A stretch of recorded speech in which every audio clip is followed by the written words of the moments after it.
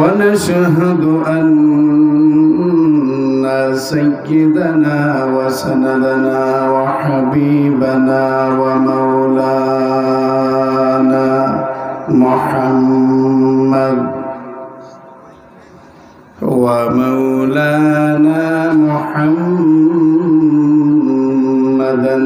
عبده ورسوله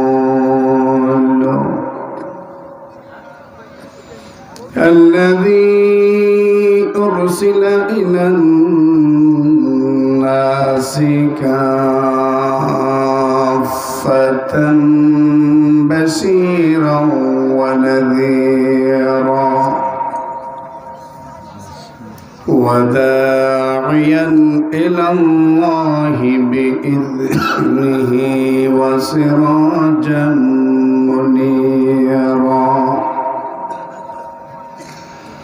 أما بعد فأعوذ بالله من الشيطان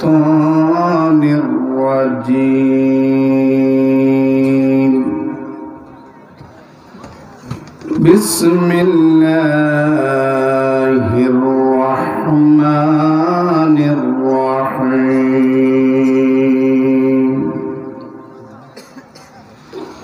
وذكر فإن الذكرى تنفع المؤمنين وعن أبي هريرة رضي الله عنه أنه قال رسول الله صلى الله عليه وسلم من يأخذ عني هؤلاء الكلمات فيعمل بهن أو يعلم من يعمل بهن قلت أنا يا رسول الله فأخذ بيدي فعد خمسا فقال اتق المحارم تكن أعبد الناس وارض بما قسم الله لك تكن أغنى الناس وأحسن إلى جارك تكن مؤمنا وأحب للناس ما تحب لنفسك تكن مسلما ولا تكثر الضحك فإن كثرة الضحك تميت القلب أو كما قال النبي صلى الله عليه وسلم اللهم صل على محمد زبان খুলে সবাই দরুদ পড়ো সাউন্ডটি করেন সাউন্ড আপ ডাউন করতেছেন اللهم صل على محمد وعلى آل محمد كما صليت على إبراهيم وعلى آل إبراهيم إنك حميد مجيد اللهم بارك على محمد وعلى آل محمد كما باركت على إبراهيم وعلى آل إبراهيم إنك حميد مجيد يا رب صل وسلم دائما أبدا على حبيبك ونبيك خير الخلق كلهم भेज ऐ रब मेरे दुरूद सलाम बरगज़ीदा नबी पर अपना मुदम बलगल उला।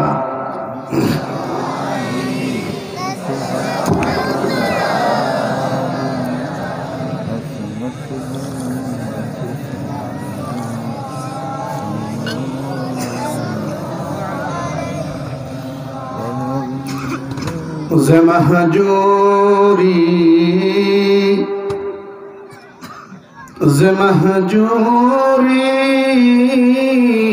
बरामद जाने आलम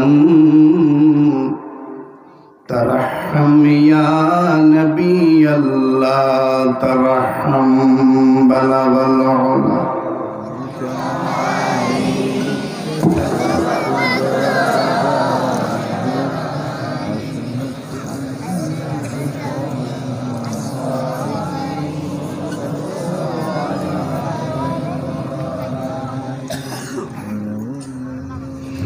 ধরমপুর খাদিমুল কোরআন পরিষদ কর্তৃক আয়োজিত এই বিশাল তাফসীরুল কোরআন মাহফিলের মুহতারাম সদর, দিগর হযরত ও উলামায়ে কেরাম, উপস্থিত সম্মানিত সুধী মণ্ডলী, সামনে সমবেত দিন দরদি মুসলমান ভাইরা, পর্দার আড়ালের নেককার মুমিনা খালেসা আবেদা মা ও বোনেরা, মহান রব্বুল আলামিনের দরবারে অগণিত অসংখ্য শুকর আদায় করছি, যিনি বাদাল মাগরিব অন্য কোনো কাজে ব্যস্ত না রেখে পবিত্র কোরআনুল কারীমের এই তাফসীর মাহফিলে আমাদেরকে মঞ্জুর করেছে। এজন্য শুকর আদায় করে বলি আলহামদুলিল্লাহ। আর একটু মহব্বতের সাথে বলি আলহামদুলিল্লাহ। যদিও এটা একটা মাঠ কিংবা জমি, এই প্যান্ডালের সীমানার ভিতরের জায়গাটা কোনো একটা মাঠ কিংবা একটা জমি, কিন্তু রসুল করিম সাল্লাল্লাহু আলাইহি ওয়াসাল্লামের ঘোষণা অনুযায়ী এই মুহূর্তে এটা জান্নাতের বাগান। হয়তো অনেকের মনে প্রশ্ন জাগতে পারে যে নবীজির হুবহু কথাটা একটু বলেন, কেমনে বলছেন জান্নাতের বাগান? তো রসুল করিম সাল্লাল্লাহু আলাইহি ওয়াসাল্লাম বলেছেন, মাজালিসুল ইলমি রাউযাতুম মির রিয়াজিল জান্নাহ। ইলমের মজলিসগুলো এগুলো জান্নাতের বাগান। কোরআনের তাফসীর মাহফিল একদম নিরেট খাঁটি ইলমের মজলিস। কোরআনের ইলম দুনিয়ার সর্বশ্রেষ্ঠ ইলম। এই ইলমের মজলিসে আল্লাহ পাক দেশের প্রখ্যাত উলামায়ে কেরামের সোহবতে আমাদেরকে বসার তৌফিক দিলেন এই মাগরিবের পর।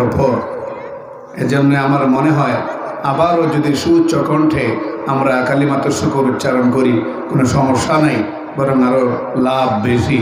আলহামদুলিল্লাহ। নবী মুহাম্মদ রাসূলুল্লাহ ভক্তি সহকারে সাল্লাল্লাহু আলাইহি ওয়াসাল্লাম তাকে সম্বোধন করে আল্লাহ পাক বলছেন, ওয়াযাক্কির ফাইন্নায-যিকরা তানফাউল মুমিনিন। হে নবী, ওগো নবী, আপনি জিকির করুন, জিকির। সুবহানাল্লাহ। আপনি জিকির করুন, কারণ জিকিরে মুমিনের ফায়দা হয়, প্রভূত কল্যাণ সাধিত হয়, মুমিনের দিল জিন্দা হয়। এই আয়াতে জিকির অর্থ লা ইলাহা ইল্লাল্লাহ, ইল্লাল্লাহ, আল্লাহ আল্লাহ, এই জিকির উদ্দেশ্য নয়। আরবি বহু শব্দ আছে যার অনেক অনেক অর্থ। এই জিকির শব্দটার অর্থ আরবি ডিকশনারিতে প্রায় 30টার কাছাকাছি। যেমন জিকিরের এক অর্থ হইল কোরআন, কোরআনের এক নামই জিকির। ইন্না নাহনু নাযালনা যিকরা ফাইন্না লাহু লাহাফিজুন। এখানে জিকির অর্থ কোরআন। আবার জুমার খুতবাকেও জিকির বলা হয়, কিন্তু এই আয়াতে সেই জিকির নয়। আল্লাহ আল্লাহ আল্লাহ ইল্লাল্লাহ ইল্লাল্লাহ লা ইলাহা ইল্লাল্লাহ, এই জিকির না। এখানে জিকিরের অর্থ হলো নসিহত। এখানে জিকিরের অর্থ নসিহত, উপদেশ, ওয়াজ। আল্লাহ পাক বলছেন, হে নবী, আপনি ওয়াজ করুন, নসিহত করুন, জিকির করুন। কারণ নসিহতে মুমিনের ঈমান তাজা হয়। নসিহতে মুমিন কোরআনের কথাগুলো শুনতে পায়। নসিহত উপদেশের মাধ্যমে মুমিনের অনেক ভুল কর্মকাণ্ড শুধরানো সম্ভব হয়, ঠিক না? এজন্যে রাসূল করিম সাল্লাল্লাহু আলাইহি ওয়াসাল্লাম জিন্দেগীর নবুয়তের 23 বছর, এই পুরা 23 বছরই তিনি জিকির মানে মানুষকে শুধু নসিহত করেছে। এই সাউন্ড একটু বাড়াই দেন, বাড়ান গে 10টা 20টা বেশি নামলে হবে না, তো বক্তার যে কষ্ট হয়।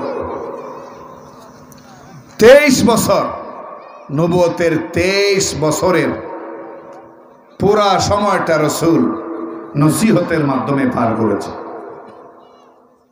1,30,000 সাহাবায়ে কেরামকে নবীজি শুধু নসিহতের মাধ্যমে ঈমানের দৌলত তাদের মধ্যে বিতরণ করেছে। আর একটু আস্তে সুবহানাল্লাহ কোন। আপনাদের এলাকায় মাগরিবের পরে সুবহানাল্লাহর আওয়াজ কমায় দেয় না, মাইকের আওয়াজের মতো। জোরে বলেন সুবহানাল্লাহ। তুমি মাইক ঠিক করো, 5 মিনিট টাইম, আর না হয় আমি বয়ান সাইডে চলে যাবো। আমার মিজাজ এই ব্যাপার খুব করা। মুহতারাম হাজিরিন, 1,30,000 সাহাবায়ে কেরামের কাউকে আল্লাহর নবী গলায় তরবারি ধরে জোর জবরদস্তি কইরা মুসলমান বানান। কেমনে বানাইছেন? নসিহত করে। সাহাবায়ে কেরামও নসিহতের জন্য পাগল ছিলেন, পাগল।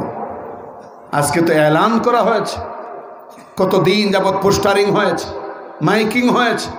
এরপরে আজকে এখানে জোহরের পর থেকেই মাইকে দাওয়াত দেওয়া হয়েছে, নসিহত হবে, দেশ বিখ্যাত উলামায়ে কেরামগণ আসবেন, নসিহত হবে। অথচ দেখবেন অসংখ্য মুসলমান বাজার হাটে, চা স্টলে, দোকান পাটে, এমনকি ঘরে বসে আছে। বলা হচ্ছে নসিহত হবে, কোনো কর্ণপাত নেই। এলাকার সব মানুষ যদি চলে আসে, এরকম 10টা মাঠেও তো জায়গা হবে না। আওয়াজ করে বলুন ঠিক কিনা? নসিহতের মূল্য নাই। কোরআনের কথাগুলো আমরা মূল্যায়ন করছি না। যারা কথা বলেন তাদেরকেও কদর করছি না, যার কারণে একটার পর একটা বিপদ মুসলমানদের ভাগ্যাকাশে দেখা দিছে। আর সাহাবায়ে কেরাম জিকির, নসিহত, রাসূল করিম সাল্লাল্লাহু আলাইহি ওয়াসাল্লামের নসিহত জীবনের চাইতে বেশি পছন্দ করতেন, গুরুত্ব দিতেন, মূল্যায়ন করতেন। এই জন্য আল্লাহ সাহাবায়ে কেরামকে এত সম্মান দিয়েছেন। রাদিয়াল্লাহু আনহুম ওয়া রাদু আন। আল্লাহ বলেন, এই সাহাবীদের উপর আমি আল্লাহ খুশি। আর আসতে বলেন, আমি আল্লাহ খুশি, আর আমার উপরে তারাও খুশি। কিসের কারণে? এই নসিহতের কারণে, এই জিকিরের কারণে। মুহতারাম হাজিরিন, সাহাবায়ে কেরাম আল্লাহর নবী পবিত্র জবান থেকে নসিহত শুনবার জন্য পিছে পিছে ঘুরতেন। এমনকি নবীজি টয়লেটে যাওয়ার সময়ও পিছনে সাহাবায়ে কেরামের লম্বা লাইন। নবীজি সাহাবায়ে কেরামকে বলেন, কি ব্যাপার, দাঁড়িয়ে আছো কেন? সাহাবায়ে কেরাম বলেন, ইয়া রাসূলুল্লাহ, টয়লেটে যাওয়ার সময় আপনি কেমনে যান, কিভাবে আপনি ঢুকেন, এগুলো আমরা নসিহত মনে করি, এই জন্য দাঁড়িয়ে আছি, এগুলো নকল করবার জন্য। আর এখন নকল করে কোন নায়কে কেমনে চুল কাটে যারা কন। গতকালকে গেছে ভ্যালেন্টাইন্স ডে, বিশ্ব হবিসি দিবস। এই তো এইটা কইছি এমনি কারণ নিছিগা, উচিত কথা কইলে সবাই বেজার, কারেন্ট হলো বেজার। বিশ্ব ভালোবাসা দিবস নাম দিছে না, টোটালি বাটপারি, টোটালি বাটপারি। কারণ শব্দটার অর্থ ভালোবাসা নয়, বাংলায় যে ভালোবাসা, এটার ইংরেজি শব্দ কি? লাভ। ইংরেজি শব্দ কি? লাভ। অথচ পুরাটাই লস, ঠিক না? অথচ ভ্যালেন্টাইন্স ডে, এটার মধ্যে লাভ শব্দটা আছে, কিন্তু তর্জমা করে বিশ্ব ভালোবাসা দিবস। ইংরেজিতে বলে একটা, বাংলায় বলে আরেকটা। এটাই তো মুনাফিকি, এটাই তো বাটপারি, অন্তরে একটা মুখে আরেকটা। অথচ আমরা ইতিহাস ঘেটে দেখেছি, ভ্যালেন্টাইন্স নামে একজন ব্যক্তি ছিল, সে ছিল খ্রিস্টান পাদ্রী, চরিত্রহীন লুচ্চা, এলাকার চরিত্রহীন যুবক, চরিত্রহীনা যুবতীদেরকে এই খ্রিস্টান পাদ্রী তার প্যাগোডায়, তার গির্জায় আকাম কুকাম করার ব্যবস্থা করে দিয়েছিল। গোটা এলাকার সমস্ত ময়মুরব্বী এবং যুব সমাজ এই অবস্থা দেখে রাগে কুবে এই খ্রিস্টান পাদ্রীকে পিটাইয়া মারি দিয়েছে। এই যে মেরে ফেললো, এখন তার যারা মুরিদান, যারা আড্ডা দিত তার খানকায় গিয়া, এরা সুখ পালনার্থে পরের বছর থেকে প্রত্যেক দিন এই 14ই ডিসেম্বর, এই ফেব্রুয়ারি তার এই সুখ দিবস পালন করে। এই জন্যে তার নামে নামকরণ ভ্যালেন্টাইন্স ডে, মানে ভ্যালেন্টাইন্সে মরার দিন। অথচ বাংলায় আমাদেরকে ধোঁকা দিয়া সুন্দর তর্জমা দাঁড় করে দিয়েছে বিশ্ব ভালোবাসা দিবস। এবং আমি যেটা বলছি, দুনিয়ার কোনো বেটা এটা মিথ্যা প্রমাণ করতে পারবে না, এটাই সত্য। যাই হোক, রাসূল করিম সাল্লাল্লাহু আলাইহি ওয়াসাল্লামের সব কাজ সাহাবায়ে কেরাম নকল করত। নসিহত শুনবার জন্য রাসূল কখনো একা থাকতে পারতেন না, কোথাও বসলেন তো অসংখ্য সাহাবী চতুর্দিকে ভিড় করে বসে থাকতেন। ইয়া রাসূলুল্লাহ, এইটা কি, ওইটা কি, এটার বিধানটা কেমনে, ওইটার বিধানটা কেমনে। আর এখন মসজিদের ইমাম সাহেবের কাছে কেউ যায় না, যায় যায় না, বরং উল্টা গিয়ে দাওয়াত দেয়, হুজুর আগামী সোমবারে আমার বাড়িতে দাওয়াত। কিসের দাওয়াত? হুজুর আমার নাতনির গায়ে হলুদের অনুষ্ঠান। কিসের অনুষ্ঠান? দাওয়াত দেয় কারে? কিয়ামত আরো দূরে না একদম নিকটে? মুহতারাম হাজিরিন, সাহাবায়ে কেরাম নসিহতের জন্য কি পরিমাণ পাগল ছিলেন, নসিহতের জন্য সাহাবায়ে কেরাম কতটা মগ্ন ছিলেন, শুনলে আশ্চর্য হবেন।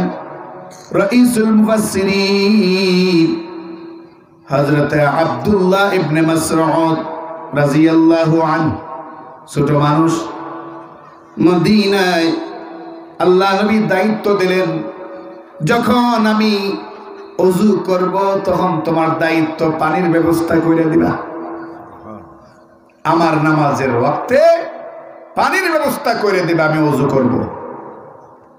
আব্দুল্লাহ ইবনে মাসউদ নিয়মতান্ত্রিক ভাবে আজান পড়লেই লুটায় পানি নিয়ে নবীজির হুজরা মুবারকের সামনে উপস্থিত।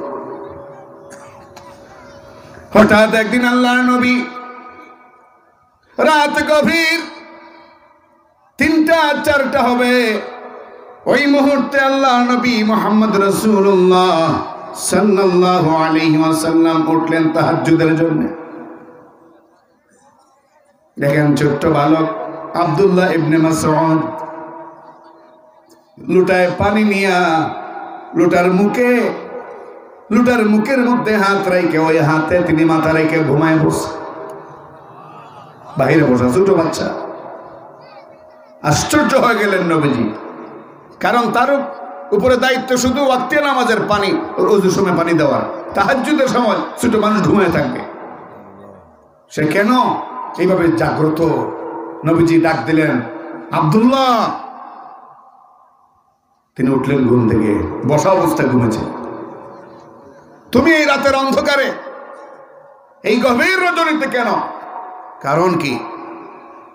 আব্দুল্লাহ ইবনে মাসউদ বলেন, ইয়া রাসূলুল্লাহ, আমি জানি তাহাজ্জুদের নামাজের সময় পানির ব্যবস্থা করে আমার দায়িত্ব নয়, আপনি আরো অন্যান্য সাহাবায়ে কেরামকে দায়িত্ব দিয়ে রাখছেন, কিন্তু আজকে সারাটা রাত আমি ঘুমাইনি, কারণ দিনের বেলা বড় বড় সাহাবীদের ভিড়ে আমি ছোট মানুষ আপনার কাছে ভিড়তে পারি না, আর উমরে দেখলে তো আমার ডরই লাগে।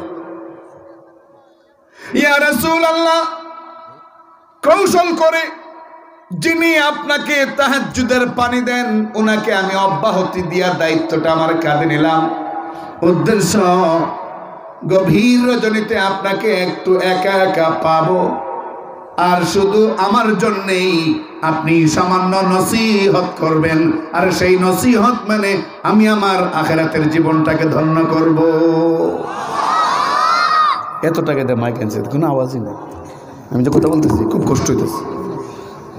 মুহতারাম হাজিরিন, এই ছিল সাহাবায়ে কেরামের নসিহতের মূল্যায়ন। আবু বকর সিদ্দিক রাদিয়াল্লাহু আনহু একদিন নবীজির পিছে পিছে যাচ্ছেন মরুভূমি দিয়া। নবীজি বললেন, আবু বকর, তোমাকে তো ডাকি নাই, আসছো কেন? আমি যাচ্ছি আরেক কাজে, তোমার কি অন্য কোনো কাজ নাই? ইয়া রাসূলুল্লাহ, অন্য কাজ থাকলেও আপনি একা একা চলছেন, সুযোগটা গ্রহণ করলাম, পিছে পিছে চলি, যদি আপনার জবান থেকে মূল্যবান কিছু নসিহত বের হয়ে যায়। রে ধরমপুরের মুসলমান, সুনামগঞ্জের মুসলমান, এখনো সময় আছে। শুরু হয়েছে বয়ান, শুরু হয়েছে নসিহত। দয়া করে আপনারা সবাই প্যান্ডালে আসেন। মুহতারাম হাজিরিন, সময় যেহেতু কম, আমি মূল আলোচনায় প্রবেশ করি। লম্বা একটা হাদিস আপনাদের সামনে তিলাওয়াত করেছি। মুসনাদে আহমদ নামে পৃথিবী বিখ্যাত হাদিসের কিতাব, সমস্ত উলামায়ে কেরামের কাছে এই হাদিসের কিতাবের নাম আছে, সবার কাছে কিতাব নাই।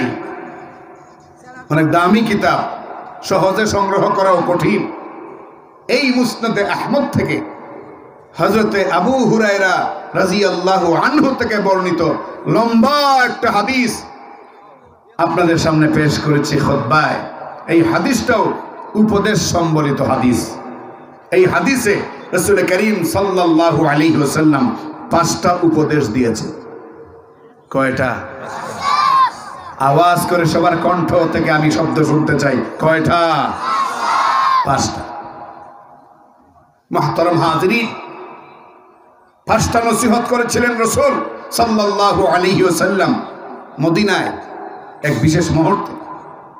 হাদিসটি বর্ণনা করেছেন হযরতে আবু হুরায়রা। নাম শুনছেন নি? আস্তে দিগন, নাম শুনছেন? বাড়ি কই? ধরমপুরে। মদিনায়। কোথায়? মদিনায়।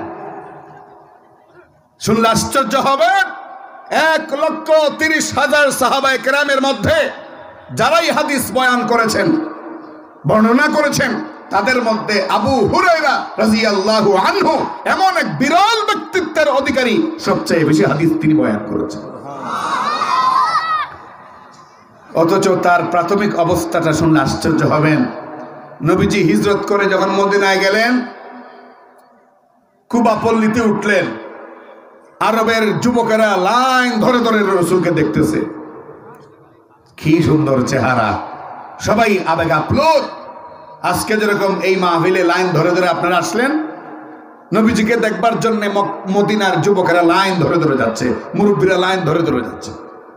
তো যারা দেখা শেষ, এরা ফিরতেছে আবু হুরায়রার বাড়ির পাশ দিয়া, আর বলতেছে যে, মিয়া জীবনে বহু মানুষ দেখেছি, এত সুন্দর মানুষ তো কোনোদিন দেখিনি। আর একটু আওয়াজ দেখুন না সুবহানাল্লাহ। নবীর পক্ষের কথায় এখন আওয়াজ বুলন্দ করে দেওয়া ইমানদারদের বর্তমান সময়ে সবচেয়ে বড় দায়িত্ব। কারণ কি? কারণ হইল বর্তমান সময়ে কাদিয়ানীরা নবীর রাসালত আর নবুয়তকে নিয়ে সিনেমিনে খেলা শুরু করে দিয়েছে। ওই মুহূর্তে মুসলমান দাবিদার প্রত্যেকটা মানুষের উচিত নবীর পক্ষে জোর আওয়াজে কথা বলা। কাদিয়ানীরা কি? যারা এই প্রশ্ন করার পরে মুখ বন্ধ রাখছেন, দয়া করে মুখটা খুলেন, না হলে অনেক বড় প্রশ্নের সম্মুখীন হবেন। কাদিয়ানীরা কি? কোন সন্দেহ? কেউ যদি কাফের না মানে, কেউ যদি কাদিয়ানীদেরকে কাফের না মানে, সে ব্যক্তিরা যদি কোনো মন্ত্রীও হয়, যদি শক্তিশালী কোনো ব্যক্তি হয়, কাফের। কেন কাদিয়ানীরা কাফের? কেন? আখেরি জমানার পয়গাম্বর মানে না, আখেরি জমানার পয়গাম্বর মানে না।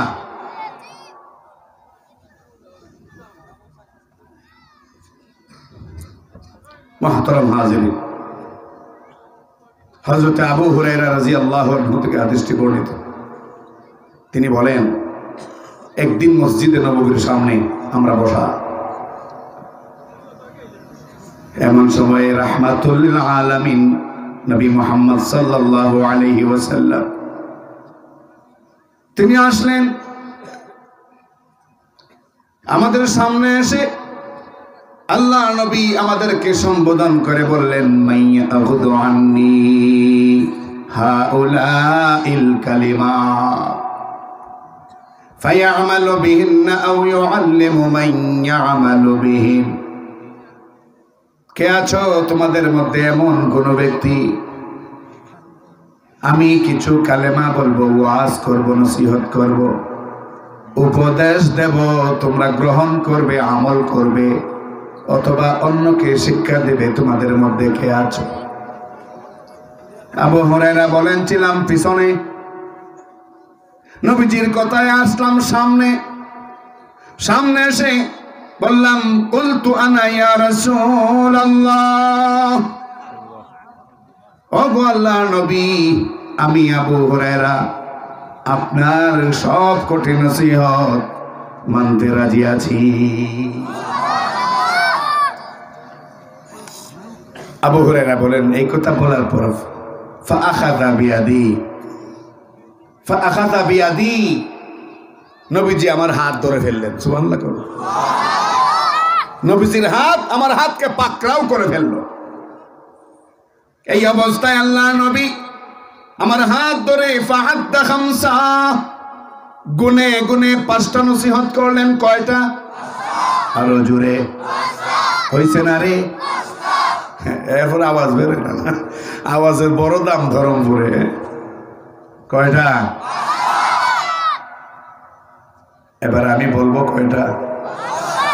5টাই। রাজি না সবাই? কয় হুজুর বেশি জুত লাগতেছে না, আপনার টুপিটা যদি 2.5 লম্বা হইতো আর নাইস মাইস দিতেন একটা, তাহলে খুব ভালো লাগতো। আর যদি কইতেন কিরামান কাতিবিন রুজহাসরের দিন করে যদি অভিযোগ, আমি বলবো আমি খাজা বাবার লোক।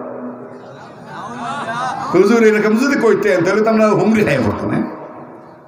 শুনেন, কিয়ামতের আগে বহু ঘটনা ঘটবে, এর মধ্যে সবচেয়ে মারাত্মক ঘটনা ঘটবে। ইসলামের ধ্বজাধারী দাবিদাররা ইসলামের 12টা বাজাইবে মুসলমানদের সামনে। একদল মানুষ তাদের জন্যই পাগল থাকবে, তাদেরকে দেখবার জন্য এমনকি গাছের আগে মহিলা লেগে উঠবে। আসতে দেখো। মুহতারাম হাজিরিন, নবীজি গুনে গুনে 5টা নসিহত করলেন। কয়টা?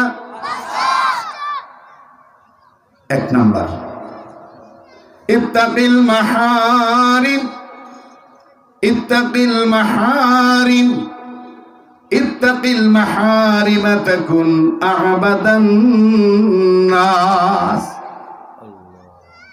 নবীজি বললেন, শোনো, 5টার প্রথম নসিহত, যে 5টা নসিহত করব তার প্রথমটা হলো হারাম ছেড়ে দাও, গুনাহ ছেড়ে দাও। সুবহানাল্লাহ।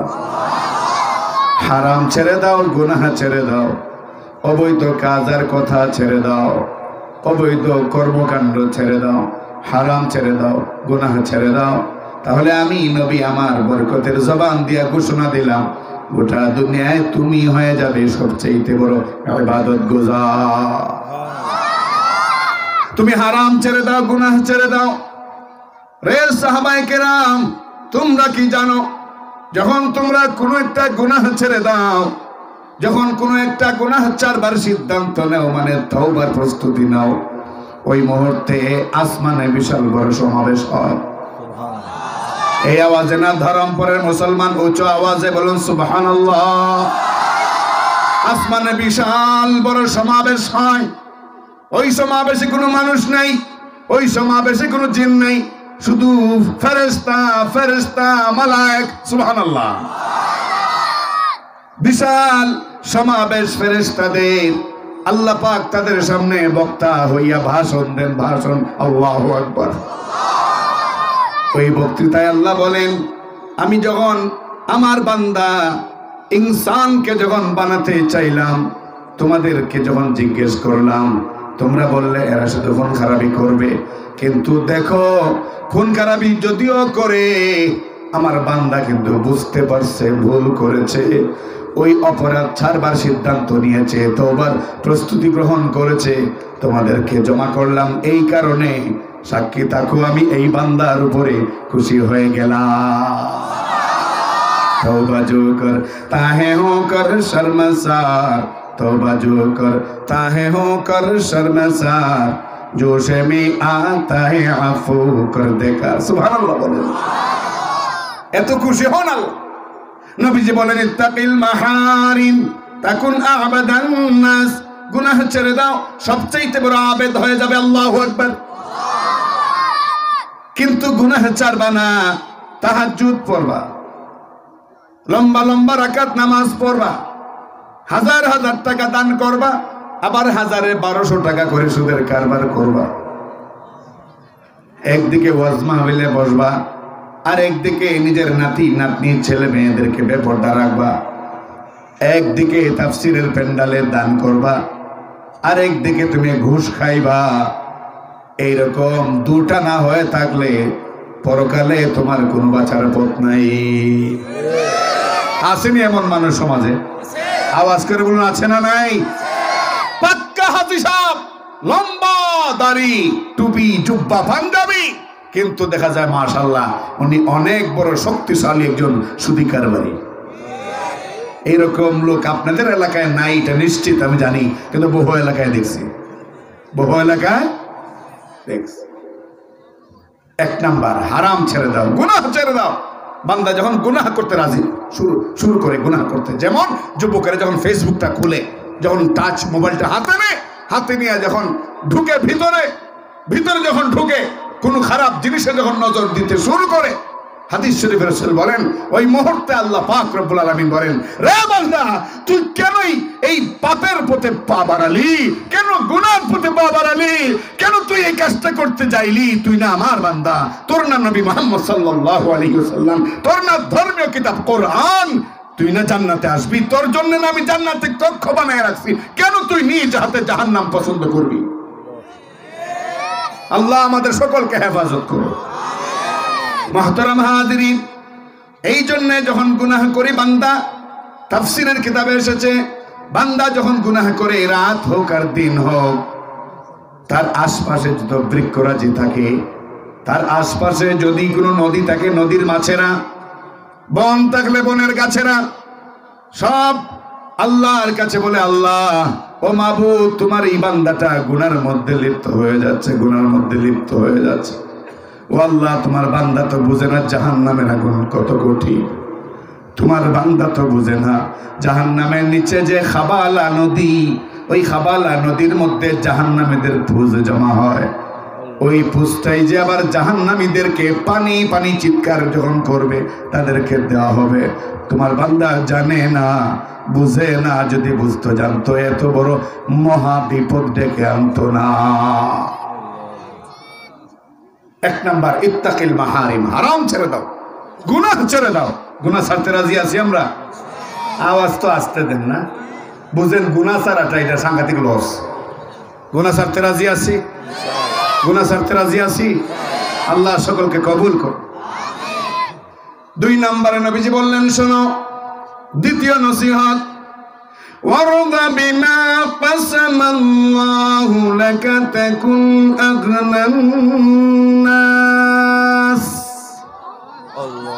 2 নম্বর নসিহত, আল্লাহ তোমার ব্যাপারে যা বন্টন করেছেন, আল্লাহ তোমার ব্যাপারে যা ফয়সালা করেছেন, সম্পদের বেলায় হোক, পরিবারের বেলায় হোক, এলাকার বেলায় হোক, দেশের বেলায় হোক, তোমার ব্যাপারে আল্লাহ যা বন্টন করেছেন সন্তুষ্ট থাকো। নবীজি বলেন, তাহলে গোটা দুনিয়ায় তুমি হবে সবচাইতে বড় ধনী। ধনী হওয়ার টিপস দিলাম, এরপরে সুবহানাল্লাহ ঠিক মতো বেরিয়ে না। জানি আপনারও 500, 600, 1000 মন ধান পান, এত ধনী বেড়া আক্ষেপ কম না। এই ধনী না, 1200 মন ধান পাওয়ার ধনী না। আল্লাহ নবী বলেন, আল্লাহর বন্টনে যদি সন্তুষ্ট থাকো, আত্মার দিক থেকে ধনী হয়ে যাবে। আত্মার দিক থেকে তোমার কোনো পেরেশানি থাকবে না। পেরেশানি মুক্ত জীবনটাই জান্নাতের জীবনের সাথে সাদৃশ্য। দুনিয়ায় বহুলোক জীবন যাপন করে, আপনি দেখবেন আপনার এলাকায় বহুলোক এমন আছে, কোটি কোটি টাকার মালিক, লাখ লাখ টাকার মালিক, কয়েকটা ছেলে লন্ডনে থাকে, আমেরিকায় থাকে, বিশাল ব্যবসা, কিন্তু রাতে ঘুম নাই, ট্যাবলেট খায় 10টা, এরপরে ঘুম নাই। আওয়াজ করে বলুন, এমন লোক আছে না নাই? এখন মাইক আরো গেছে, এখন মাইকটা আরো গেছে। আল্লাহ, এত বড় একটা প্রোগ্রামে এরা এইভাবে ইচ্ছা করে কাজগুলো করে। মুহতারাম হাজিরিন, আল্লাহ পাক রব্বুল আলামিন সম্পদ দিতে পারেন কিন্তু অন্তরে শান্তি নাই, এমন লোক বহু আছে। নবীজি বলেন, ওয়ারদা বিমা কাসামাল্লাহু লাকা তাকুন আগনান নাস। আল্লাহ তোমার ব্যাপারে যা বন্টন করেছেন তুমি সন্তুষ্ট থাকো। যদি এমন হয় প্রতি মাসে তোমার 5000 টাকা ইনকাম, সন্তুষ্ট থাকো। আল্লাহকে বলো, আল্লাহ টাকা 5000 দিয়েছো আমাকে, এটাই ছিল আমার ভাগ্যে, আমার তকদিরে, কোনো আপত্তি নাই। তবে তোমার কাছে অনুরোধ, তোমার কুদরতের পায়ে সেজদা দিয়ে বলছি, আল্লাহ ওই 5000 টাকায় তুমি বরকত দিয়া আমার সব হাজাত পুরা করে দিও। মুহতারাম হাজিরিন, আল্লাহর বন্টনে যারা সন্তুষ্ট থাকে এরা সুদের কারবারি হয় না, ঠিক কিনা? আল্লাহর বন্টনে যারা সন্তুষ্ট থাকে, ঠিকাদারি ব্যবসা করতে গিয়া জনগণের 12টা বাজাইয়া এরা রোডের বদলে বাস দেয় না। আরো যেরকম ঠিক না? আল্লাহর বন্টনে যারা সন্তুষ্ট থাকে, 30 টাকার পেঁয়াজ গুদামজাত করে গরিবের পেটে লাথি দিয়া 150 টাকা বেচার এই প্রোগ্রাম করতে পারে না। আল্লাহর বন্টনে যারা সন্তুষ্ট থাকে, ঘরে যদি স্ত্রী কালো হয়, শ্যামলা হয়, তাহলে সিলেটে শপিং মলে গিয়া আলহামরায় গিয়া নজর খারাপ কইরা গুমরা হইতে পারে না। বুঝছি, আজকে আপনাকে আওয়াজ আইয়ুবী সাহেব ছাড়া কেউ বের করতে পারতো না। মুহতারাম হাজিরিন, আল্লাহর বন্টনে সন্তুষ্ট হও, দেখবা আমার আরাম, ঠিক না? রিক্সাওয়ালা, ভ্যান চালক সারাদিন ইনকাম করে 600 টাকা। মুহতারাম হাজিরিন, ছোট মাছ, শুটকি, শাকসবজি নিয়ে আস, ছেলে মেয়ে 3-4টা নিয়ে বসে রাতের বেলা খায়, খাইয়া যখন ঘুমাইতে যায় বালিশ দেখলেই বেটার ঘুমা। আসতে দিকো, বালিশ দেখলেই। আরেক বেটায় বড় বড় মাছ, দেশি মুরগি, খাসি, অভাব নাই, সুখ শান্তির আসবাবপত্রের অভাব নাই, কিন্তু দেখা যায় শাকসবজি আর ছোট মাছ তো দূরের কথা, ডাক্তার বলে দিছে তুমি কিছু খাইতেই পারতে না। যেরকম আছে না নাই, শুধু তরল খাবার নল দিয়া ভিতরে ঢুকাইতে হবে, কারণ তুমি এই আপতে কুপতে টাকা কামাই করতে করতে তোমার আসল রাস্তাটা এত নাজুক করে ফেলেছো, এই জায়গাতে এখন নল ছাড়া সরাসরি ঢুকে না। ওয়ারদা বিমা কাসামাল্লাহু লাকা তাকুন আগনান নাস, আল্লাহর বন্টনে সন্তুষ্ট থাকো। আল্লাহ যদি জমিনে এই হাওরে যদি তোমাকে 1 বিঘা জমির মালিক বানায়, 1 হাল জমির মালিক বানায়, 20 কের জমির মালিক বানায়, সন্তুষ্ট থাকো। আর দোয়া করো আল্লাহ যদি আরো সম্পদ দিলে আমি সামাল দিতে পারি, আমি যদি হালাল পথে ব্যয় করতে পারি তাহলে আরো দেও। আর যদি সম্পদ সামাল দিতে না পারি তাহলে এমন সম্পদ দিও না যেই সম্পদ জাহান্নামের কারণ হইয়া যায়।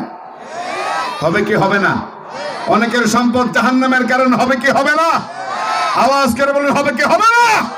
সমাজে বহু লোক আছে এই তাফসীর প্যান্ডেলের জন্য তার কাছে গেলে 100 টাকা দেয়, 50 টাকা দেয়, কেউ কেউ আছে দেয় না আর 2 কথা শোনায়া দেয়। অথচ গানের প্যান্ডেলের জন্য আসলে 10,000 50,000 টাকা দিয়া চিফ গেস্ট হইয়া মঞ্চে নর্তকীদের সাথে দিয়া সহ অবস্থান করে ওর টাকা হয়েছে ঠিক, কিন্তু এই টাকা জান্নাতের কাজে লাগে নাই, জাহান্নামের কাজে নিয়ে গেছে। ওয়ারদা বিমা কাসামাল্লাহু লাকা তাকুন আগনান নাস, আল্লাহর বন্টনে কি থাকো? বউ দিছে আল্লাহ, বউটা একটু শ্যামলা কালা, মোটামুটি ভালোই ছিল, কতদিন গেছে দাম্পত্য জীবন।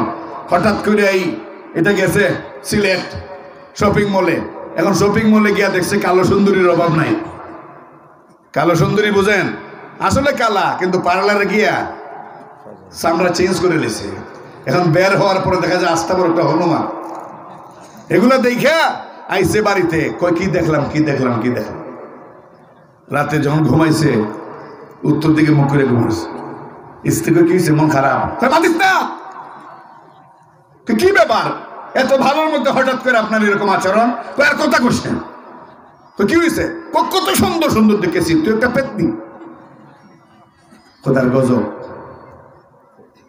দাম্পত্য জীবনে খোদার গজব চলে আসে, ঠিক কিনা বলে?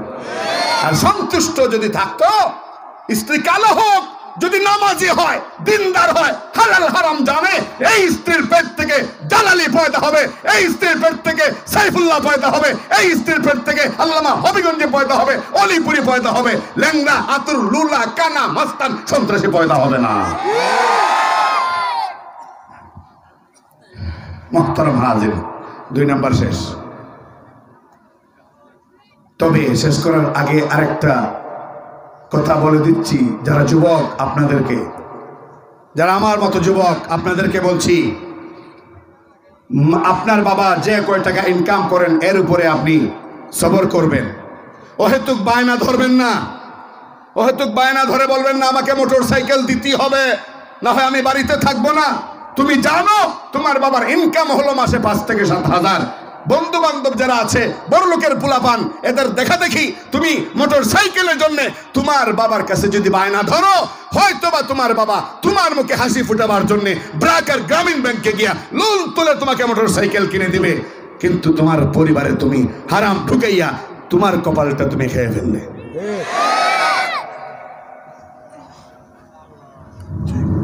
কথাগুলো বুঝতেছেন? আর আপনারা বাবারা যারা আছেন, আমিও তো একজন বাবা, আপনাদের মধ্যে যারা বাবা, আপনাদের দায়িত্ব হইল সন্তানগুলির ছোট্টবেলা থেকে শিক্ষা দেওয়া, মাঝে মধ্যে আলেম ওলামার কাছে নিয়ে আসা, ছোটবেলা থেকে তাকওয়া শিক্ষা দেওয়া।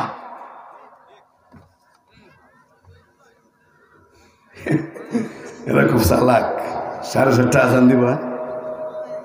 আচ্ছা ঠিক আছে, একটু চাটা দেন, মাইকে তো দিলেন 12 বাজে, অন্তত একটু চা দেন।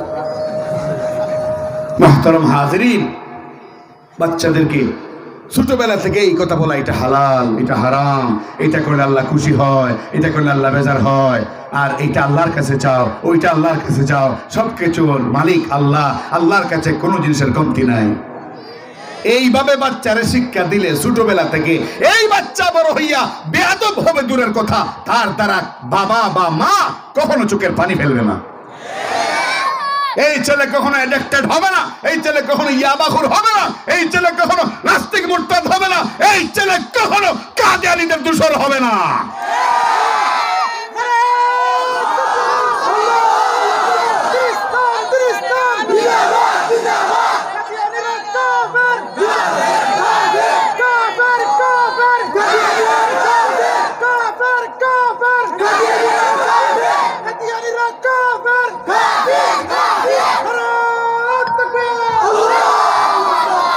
আল্লামা তাকি উসমানীর নাম শুনছেন আপনারা?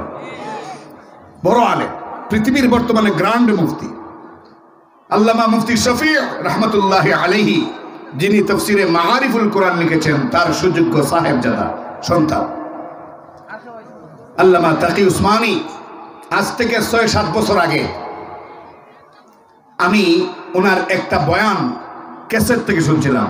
তখন এইভাবে মোবাইলে এত অ্যাভেলেবল না, এইভাবে পাওয়া যায় না রেকর্ড। একটা ক্যাসেট তিনি একটা বয়ান করেছিলেন। এই বয়ান করতে গিয়া পাকিস্তানের এক দম্পতির ছোট্ট একটা ইতিহাস এত প্রাঞ্জল ভাষায়, উর্দু ভাষায় এত সুন্দর করে উপস্থাপন করেছিলেন।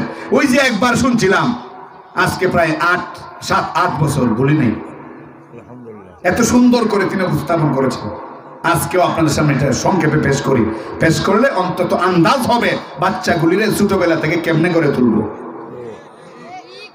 আজকে ছোটবেলা থেকে ফিকির করা হয় না, এই কারণে ওর বয়স তখন 14-15 হয়ে যায়, বাপ মা রাডারের বাইরে চলে যায়।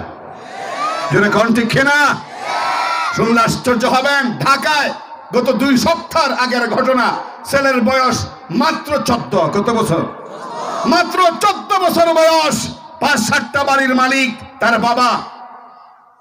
14 বছরের ছেলে, এক মেয়ে 12-13 বছর বয়সের মেয়ে প্রাইমারি স্কুল থেকে পলাইয়া বাড়িতে নিয়েছে।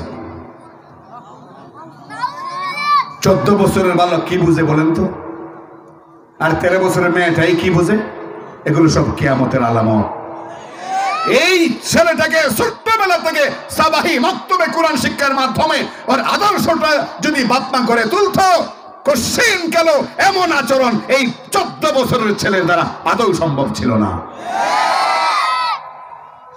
মুহতারাম হাজিরিন, আল্লামা তাকি উসমানী দামাত বারকাতুহুম, তিনি তার বয়ানে যেই ঘটনা উল্লেখ করেছিলেন এবং আমার হৃদয়টা আকর্ষিত হয়েছিল, সেই ঘটনা তিনি এইভাবে বয়ান করলেন।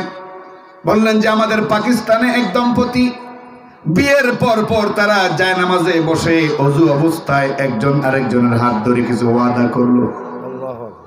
এখন করেনি, আরে ফরজ গোসল তো ঠিক মতো করে, কে আবার হাত ধরে ওয়াদা করতো? জায়নামাজে বসে হাত ধরে ওয়াদা করলো স্বামী আর স্ত্রী।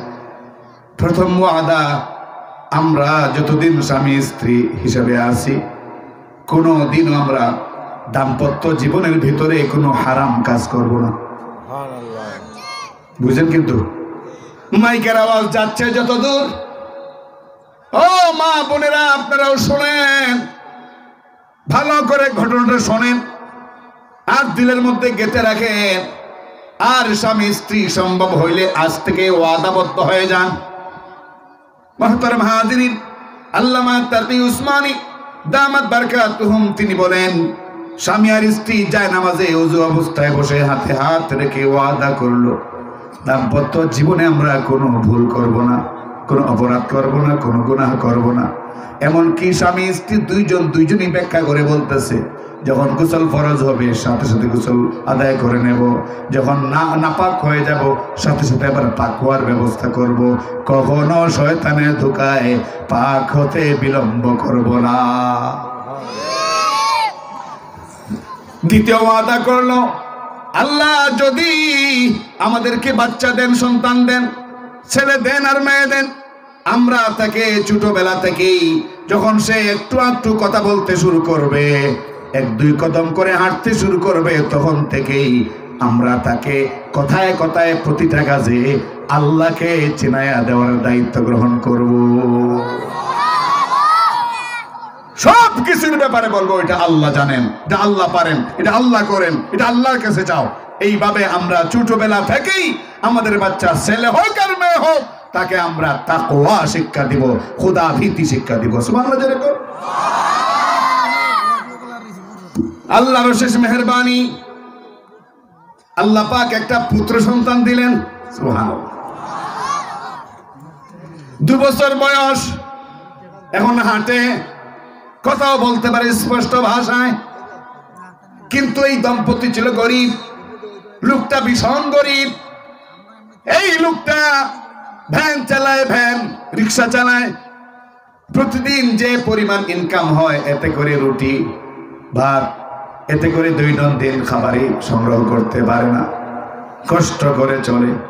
কিন্তু যেহেতু প্রথম সন্তান, সন্তানকে কিছুই বুঝতে দেয় না, নিজেরা খায় না, কিন্তু সন্তানের মুখে কখনো বেজার হতে দেয় না। মহতরম হাজির, এই অবস্থায় একদিন হঠাৎ করে বাচ্চাটা মাকে বলতেছে, মা, পাশের বাসার আঙ্কেল তার ছেলের জন্য চকলেট আছে, চকলেট লজেন্স আমার খুব খাইতে মন চাইতেছে। মা, আব্বুকে বলো না, আব্বু যেন আমার জন্য কয়েকটা চকলেট আনে। ছোট বাচ্চা। যখন এই বাচ্চাটা বায়না ধরলো চকলেট খাবে, লজেন্স খাবে, মা তখন বললেন, বাবারে, তোমার বাবা তো রীতিমতো বাজার হাঁটি করতে পারে না, চকলেট কেমনে দিবে? ছোট বাচ্চা তো কিছু বুঝে না, কয়, মা চকলেট লাগবে, না হলে আমি কিন্তু আর হাসবো না। মার মাথায় আসলো বুদ্ধি, ওয়াদার কথা মনে পড়ে গেল। ছেলেরে কইল, শুনো, তোমার বাবা তো গরিব, যা আনেন এতে করে দৈনন্দিন রান্নাঘরের বাজারই হয় না। তবে তোমার বাবার যিনি মুরব্বী, আমারও মুরব্বী, তোমারও মুরব্বী, আমাদের সকলের যিনি অভিভাবক, সকলের যিনি মালিক, কে? আল্লাহ। আল্লাহর নাম নিতে কোনো আওয়ামী লীগ বিএনপি আছে? আর মাগরিবের পরে রাত 10টা আছে? আল্লাহর নাম সব সময় নেবেন। কে? আল্লাহ। আল্লাহর কাছে কোনো জিনিসের অভাব নাই। তুমি এক কাজ করো, আল্লাহর কাছে চাও। ছোট বাচ্চা তো কয়, মা, আমি তো আল্লাহরে কোনোদিন দেখছি না। আল্লাহ কি আমাদের বাড়িতে আইছিল? কবে আইব? আল্লাহ কই আসে? আল্লাহরে কি মসজিদে পাওয়া যায়? সুবহানাল্লাহ। বাচ্চা জিগায়। মা তখন বলেন, বাবা, আল্লাহকে তো এইভাবে দেখা যায় না, আল্লাহ কাছে চাইলে আল্লাহ দিয়া দেন। আল্লাহর এইভাবে দেখা যায় না, চাওয়া যায় না, এই পাওয়া যায় না। তো মা কেমনে চাইবো? মা বুদ্ধি শিখাই দিল, শোনো, আগামীকাল সকালে আমাদের ওই পশ্চিম দিকের যে কক্ষটা আছে, রুমটা আছে, ওই রুমে যে আলমিরা আছে, স্টিলের আলমারি, ওই আলমারির সামনে গিয়া তুমি হাত তুলে দোয়া করবে এইভাবে, আল্লাহ, আমি তোমার একজন ছোট বান্দা, আমার বাবা গরিব, আমার বাবা আমাকে চকলেট কিনে দিতে পারে না, আমি ছোট মানুষ, চকলেট খাইতে মন চায়, আল্লাহ দয়া করে আমার 2টা চকলেট দিও। এই কথা বইলা তুমি দোয়া করো, তখন আল্লাহ আলমিরার ভিতরে চকলেট দিব। পরে আমার ডাইকে আইনো, আমি আলমিরা খুইলা দিমু, দেখবা চকলেট পাইছো। সুবহানাল্লাহ। কেমনে শিক্ষা দেয়? তাকওয়া। তাকওয়া কেমনে শিক্ষা দেয় সন্তানকে?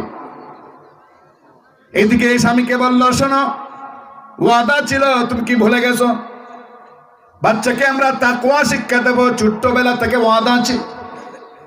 অতএব এখন একটা বুদ্ধি এসেছে, বাচ্চা চকলেট চাইছে, আমি বুঝ দিছি, বলছি তুমি গরিব, টাকা পয়সা নাই, চকলেট কিনে দিবা কোত্থেকে?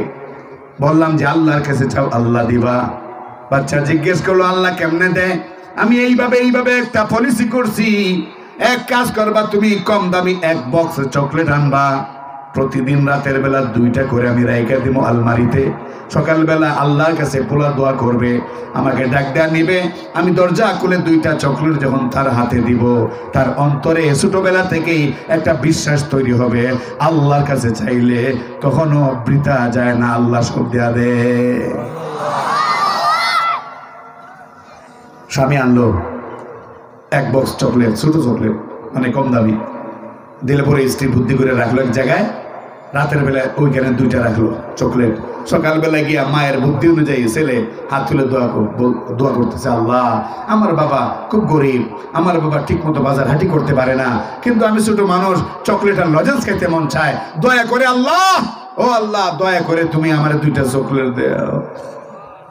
আল্লাহু আকবার বলতে ইচ্ছা করে না মুসলমান? ছোট বাচ্চা, মাত্র 2 বছর পার হলো, দোয়া করার পর আসলো উঠানে, মায়েরা চল ধরে টান দিল, মা আসো দোয়া করেছি। ও মা জানোনি দোয়া করবার সময় আমি একটু পানিও ছাড়ছি, চোখ দিয়ে পানি ছাড়ছে। সুবহানাল্লাহ। ও মা তাড়াতাড়ি করে দরজা খোলো, আলমিরার দরজা খুলে আমার চকলেট আমাকে দাও, দেখি আল্লাহর দেওয়া চকলেট কেমন লাগে। মা মিটি মিটি হাসেন, মা তো জানেন চকলেট কেটে রাখছে, জানেন না? বন্ধুগণ আমার, মা দরজা খুলে দিলেন, ওই জায়গা থেকে চকলেটটা ছেলের হাতে দিয়ে বললেন, দেখো আল্লাহ তোমাকে 2টা চকলেট দিয়েছে, বলো মাশাআল্লাহ, বলো আলহামদুলিল্লাহ। ছেলে কই মাশাআল্লাহ আলহামদুলিল্লাহ। মা তখন কই এইভাবে প্রতিদিন চাইবা আর আল্লাহ তোমাকে চকলেট দিবে, আল্লাহর দেওয়া চকলেট নাও। এখন চকলেট নিয়ে যায় মানে দৌড়, বাড়ির বাইরে রাস্তায় দৌড়, পোলাপান জেলা যেগুলো সমবয়সী, আল্লাহ চকলেট দিছে আমার, আল্লাহ চকলেট দিছে, পোলাপানে হাসে। এই অবস্থায় চললো প্রায় কয়েক মাস। প্রতিদিন নিয়ম করে, যদিও একটু কষ্ট হয় বিষয়টা মনে রাখতে, এরপরও নিয়ম করে মা 2টা করে চকলেট রাখে। সকালবেলা বাচ্চাকে দোয়া করে মারে ডাইকে আনে, মা চকলেট হাতে দিয়া কয় আল্লাহ দিছে। ছেলের ভিতরে বিশ্বাস হয়ে গেছে, আল্লাহর কাছে আমি চাই আল্লাহ আমাকে চকলেট দেয়, আল্লাহ তো আসলে সবই দেয়। মুহতারাম হাজিরিন, হঠাৎ করে কয়েক মাস যাওয়ার পরে হঠাৎ একদিন চকলেট শেষ, ওই যে বয়াম ছিল চকলেট শেষ। বাড়িতে ছিল একটা যে কোনো ঝামেলা, মায়ের মনে নাই যে চকলেট তিনি স্বামীকে দিয়ে আনবেন, কিন্তু চকলেট খালি। ছেলে তো আর এই মাসালা জানা না যে আজকে চকলেট খালি। ছেলে তার অভ্যাস অনুযায়ী গিয়া আলমিরার সামনে বলতেছে, আল্লাহ ও মাবুদ আজকে কিন্তু আমার 5টা লাগবো। জোরে কন্যা সুবহানাল্লাহ। আমার 5টা চকলেট লাগবে, নাই কিন্তু একটাও, আমার 5টা লাগবে। আল্লাহ আমার বন্ধু বান্ধবরা বলেছে তোমার দেওয়া চকলেট খুব মজা বলে। আসলে ও যখন প্রতিদিন 2টা করে নিয়ে যায়, পোলাপান দুষ্ট আছে না এলাকা, এরা পাম্পটি দিয়া এর চকলেট অর্ধেকটা খেলে তোরে আল্লাহ দিছে, এটা খুব মজা রে, খুব স্বাদ রে, এগুলো কইয়া প্রত্যেক দিন অর্ধেকটা খেলে। এখন বলতেছে আল্লাহ আজকে 5টা দিবা, এদেরকে আর অর্ধেকটা খাইতে দিব না, পুরোটাই দিব। 5টা চকলেট দিবা আল্লাহ, তোমার এই ছোট বান্দার কথা তুমি ফালাই দিও না আল্লাহ। দোয়াটা ঠিক মতো কইরা 5টা চাইতেছ, আবার 3টা, একটু কান্নাকাটিও করছে। এই অবস্থায় মারে ডেকে আনছে, মা তাড়াতাড়ি আসো, আজকে 5টা চকলেট চাইছি আল্লাহর কাছে, তুমি না বলছো আল্লাহর কাছে কোনো জিনিসের অভাব নাই? 5টা চকলেট আজকে চাইছি, তাড়াতাড়ি দরজা খোলো। এই ঝামেলার কারণে মা বিষয়টা আসলে ভুলে গেছিলেন, এখন আবার হঠাৎ করে মনে হইল, মনে হওয়ার সাথে সাথে মায়ের মনটা বেজার হয়ে গেল, মুখটা কালো হয়ে গেল। ছোট বাচ্চা বলতেছে, মা ব্যাপার কি? অন্যান্য দিন দোয়া করে তোমার আঁচল ধরে যখন টানি, মিটি মিটি হেসে তুমি আলমিরার সামনে গিয়া খুইলা আমার চকলেট আমাকে বুঝাইয়া দাও, কিন্তু আজকে তোমার মনটা বেজার কেন? মা তো আর বলতে পারে না, মনে মনে কয় আল্লাহ আমি কি কাম করলাম? দীর্ঘ কয়েক মাস প্রশিক্ষণ দিয়া তোমার ব্যাপারে আমার ছোট বাচ্চাটাকে যেই তাকওয়া আমি শিখাইলাম, আজকে আমার ভুলের কারণে বাচ্চার একটা ভুল ইনফরমেশন হবে, আজকে বাচ্চা একটা ভুল বুঝ গ্রহণ করবে, বাচ্চা তাহলে বুঝবে এতদিন আমি এগুলো নাটক করেছি, বাচ্চার তাকওয়া পরহেজগারি আজকে নষ্ট হয়ে যাবে। আল্লাহ আমি এটা কি করলাম? ও আল্লাহ আমি এটা কি করলাম? এগুলো করে করে আমার প্রাণের ভাইরা এক পর্যায়ে আলমিরা পর্যন্ত আসলো। জানেই তো আলমারির ভিতরে কিছুই নাই, এরপরও অন্তত ছেলেটাকে একটা সেকেন্ড হইলেও যেন বুঝ দেওয়া যায়। দরজা খুললো, দরজা খুলে যেই মাত্র দরজা খুললো সাথে সাথে কিন্তু ওই আলমিরার ভিতর থেকে এক সুঘ্রাণ ধাক্কা দিল। ও ধরমপুরের মুসলমান উচ্চ আওয়াজে আল্লাহু আকবার, আল্লাহু আকবার, আল্লাহু আকবার, উচ্চ আওয়াজে একসাথে আল্লাহু আকবার। এমন এক সুঘ্রাণ ভিতর থেকে ধামা করলো, নাকে আইসা ধাক্কা দিল। মা তো আশ্চর্য, এত সুন্দর সুঘ্রাণ তো কোনোদিন আমি এখানে রাখি নাই, নিজের জীবনে কোনোদিন আমি নাকে শুকি নাই, তাহলে এই ঘ্রাণ কোত্থেকে আসলো? এরপরে মায়ের নজরটা গেল, প্রতিদিন যেখানে 2টা করে চকলেট রাখতেন ওইখানে নজর গেল। নজর যাওয়ার সাথে সাথে মা দেখে সত্যি সত্যি 5টা চকলেট ওইখানে রাখা, সত্যি সত্যি 5টা চকলেট ওই জায়গার মধ্যে রাখা। মা বিলাপ করে, হাউমাউ করে, রুনাজারি করে এরকম আওয়াজ দিয়ে কান্না শুরু করে দিল, আল্লাহ ও আল্লাহ তুমি বুঝি এইভাবে সরাসরি দেও আল্লাহ, বলেন না আল্লাহ আল্লাহ আল্লাহ আল্লাহ, আল্লাহ তুমি বুঝি এইভাবে সরাসরি দেও। রব্বুল আলামিন, আমি তোমার একজন আপনা বান্দি, ছোট্ট একটা সংসার করি, তুমি আমার ছেলের ঈমান আর ইয়াকিনকে মজবুত রাখার জন্য আজকে যে তুমি উপকারটা করলে আল্লাহ, গায়বী ভাবে তুমি দেয়া দিলে, ও মাবুদ তোমার কাছে ফরিয়াদ করি, আমার এই ছেলেটাকে তুমি সারা জীবন ভর এইভাবে সাহায্য করবা, আমার ছেলেটাকে সারা জীবন ভর হারাম থেকে দূরে রাখবা, আমার ছেলের কারণে আমরা স্বামী স্ত্রী কারো যেন মুখটা মলিন না হয়, আল্লাহ দয়া করে তুমি দোয়াটা কবুল করো। মুহতারাম হাজিরিন, এই জন্য যারা বাবা আপনাদেরকে বলতেছি, বাচ্চাদেরকে ছোটবেলা থেকে দিন শিক্ষা দিবেন, খোদা ভীতি শিক্ষা দিবেন, আল্লাহর ভয় শিক্ষা দিবেন। এদের সামনে টেলিভিশন ছাইরা ফষ্টি নষ্টি এগুলো দেখাবেন না, এদের সামনে মিথ্যা কথা কখনো বলবেন না, এদের সামনে কখনো কোনো চালাকি করবেন না, এদের সামনে কখনো কোনো ভুল কথা বলবেন না। কারণ আল্লাহ নবী বলছেন, আল ইলমু ফিস সিগারি কান্নাকশি ফিল হাজারি, নবীজি বলেন ছোট বাচ্চাদের বিষয়টা হলো এমন, পাথরে খোদাই করে কোনো জিনিস লিখলে সহজে যেমন মোছে না, ছোট বাচ্চারা একটা জিনিস যদি দেখে সহজে ভুলে না, সহজে ভুলে না। এই জন্য এদের সামনে কথাবার্তা কাজকর্ম খুব সাবধান। 2 নম্বর নসিহত শেষ। 3 নম্বর নসিহত, রাসূল করিম সাল্লাল্লাহু আলাইহি ওয়াসাল্লাম বলছেন, ওয়া আহসিন ইলা জারিকা তাকুম মুমিনা, ওয়া আহসিন ইলা জারিকা তাকুম মুমিনা। খুব অল্প সময়, 7:30 শেষ হবে, 7 মিনিট বাকি আছে, কেউ উঠা বসা করেন না। মুহতারাম হাজিরিন, নবীজি বললেন 3 নম্বর নসিহত, তুমি তোমার প্রতিবেশী যারা, এদের সাথে ভালো আচরণ করো, এদের সাথে হসনে খুলক করো, এদের সাথে সদাচরণ করো, প্রতিবেশীর সাথে ভালো ব্যবহার করো, তাহলে আমি নবী বলছি প্রতিবেশীর সাথে ভালো আচরণ যদি করতে পারো, তুমি খাঁটি মুমিন হয়ে যেতে পারবে। কার সাথে? কার সাথে? প্রতিবেশী। প্রতিবেশী বুঝেন তো? ওই সিলেটের লোক, সুনামগঞ্জ শহরের লোক না, প্রতিবেশী তার মানে আপনার ঘরের চতুর্পাশে, এক বর্ণনায় আছে 40 ঘর পর্যন্ত চতুর্দিকে ঘোরায়া এই সমস্ত লোকেরা, এই সমস্ত বাড়িঘর আপনার প্রতিবেশী। এদের সাথে ভালো আচরণ করেন, এদের সাথে সুন্দর আচরণ করেন। না হয় নামাজ পড়বেন ঠিক, তাহাজ্জুদ পড়বেন ঠিক, দস্তরখানে বসে খাবেন ঠিক, কিন্তু যদি আপনি প্রতিবেশীর সাথে খারাপ আচরণ করেন, জুলুম করেন, লম্বা লম্বা উঁচু উঁচু গাছ লাগান যাতে ওই বেটার উঠানের মধ্যে আর এই আলো না লাগে, ছায়া লাগে, ধান যেন শুকাইতে না পারে, ওই বেটার ঘরের দিকে আপনি জানালা খুলে দিলেন, এই বেটার ছেলে মেয়ে এগুলো বের হবে, পর্দা নষ্ট হবে, অথচ জিদ করে আপনি দিকে দিলেন জানালা। আপনি এলাকার মাতব্বর, আপনি এলাকার শক্তিশালী ব্যক্তি, আপনার মোকাবেলা করার শক্তি এই ছোট্ট পরিবারে নাই, গরিব পরিবারে নাই। যেই প্রতিবেশী আপনার গরিব পরিবার তার নাই, আপনি শক্তি দেখাইয়া আপনি এগুলো করলেন, তার বিয়ে ভেঙে দিলেন এবং আরো যত জুলুম আছে সব করলেন। সে হয়তো নীরবে সহ্য করে সব হজম করে, কিন্তু কিয়ামতের মাঠে এক একটা আচরণ, এক একটা ব্যবহার বোমা হয়ে ফুটবে আপনার বিরুদ্ধে। আসেনি সমাজে এরকম? প্রতিবেশীর সাথে ভালো আচরণ করে না। বহুত লোক আছে মাশাআল্লাহ, নামাজ পড়তে পড়তে কপালে দাগ পড়ে গেছে, চামড়া অনেকটা শক্ত হয়ে গেছে, কিন্তু প্রতিবেশীর সাথে আচরণ ভালো নেই, ঠিক না? আসেনি? হঠাৎ করে ধরমপুর বাজারে এক লোক ঘুরতেছে, ঘোরার পরে আপনার এলাকার এক লোকে পাইছে, লোকটারে, কি ভাই আপনাকে তো কোনোদিন দেখি না, আপনি কে, বাড়ি কোথায়? কয় আমি সুনামগঞ্জ থেকে আসছি। কেন ভাই?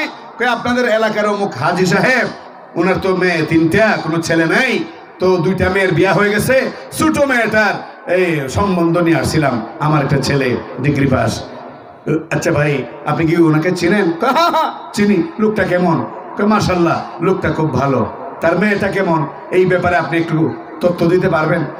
মেয়েটা ভালো ভালো, তবে 2-3 বছর আগে ফেসবুকও কি জানি লেখালেখি হয়েছে, দিল ইঞ্জেকশন মেরে, 1 ইঞ্জেকশনে বিয়াবাদ।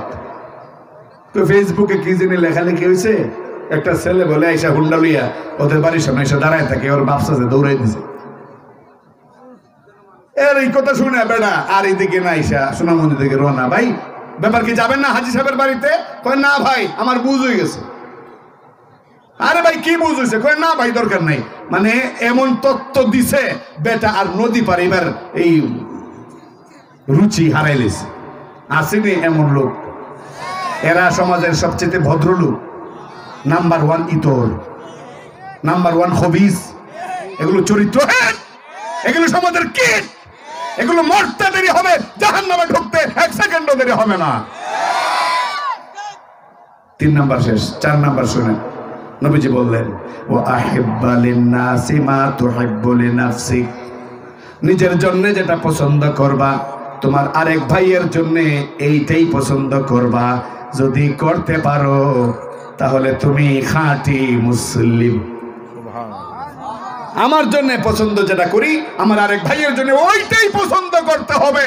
যদি এমন হতে পারে আচরণ ব্যবহার, নবীজি বলেন তুমি মুসলিম। আর না হয় মুসলমানের নাম ব্যবহার করতে পারো, খাঁটি মুসলিম হতে পারবে না। আমি যদি চাই আমার ছেলে ইন্টার পাস করুক, ডিগ্রি পাস করুক, বিশ্ববিদ্যালয়ে চান্স পাক, আমি যদি চাই আমার ছেলে দারুল উলুম দেওবন্দে যাক, ঠিক এভাবেই আমার আরেক ভাইয়ের সন্তানের জন্য এইরকম শুভ কামনা আমার থাকতে হবে। আরো যখন ঠিক না, কিন্তু সমাজে এটা নাই। বহু লোক এমন আছে, আমার ছেলেটা যেন ভালো পাস করে, আমার ছেলেটা যেন ডাক্তার হয়, ইঞ্জিনিয়ার হয়, আর অমুকের ছেলে মরে গা ধ্বংস হয়ে যা, কামনা করে কি করে না? খাঁটি মুসলিম না নকল মুসলিম? নকল মুসলিম। এবার শুনেন 5 নাম্বার, ওয়ালা তুকসিরিদ দিহকা ফাইন্না কাসরাতাদ দিহকি তুমিতুল কলব। 5 নাম্বার নসিহতে রাসূল বলেন, ও সাহাবায়ে কেরাম শোনো, বেশি বেশি হাসবা না। বেশি বেশি হাসলে অন্তর মরে যায়, বেশি বেশি হাসলে অন্তর মরে যায়। আর এখন তো হাসির আলাদা ভিডিও বার করে, ঠিক না?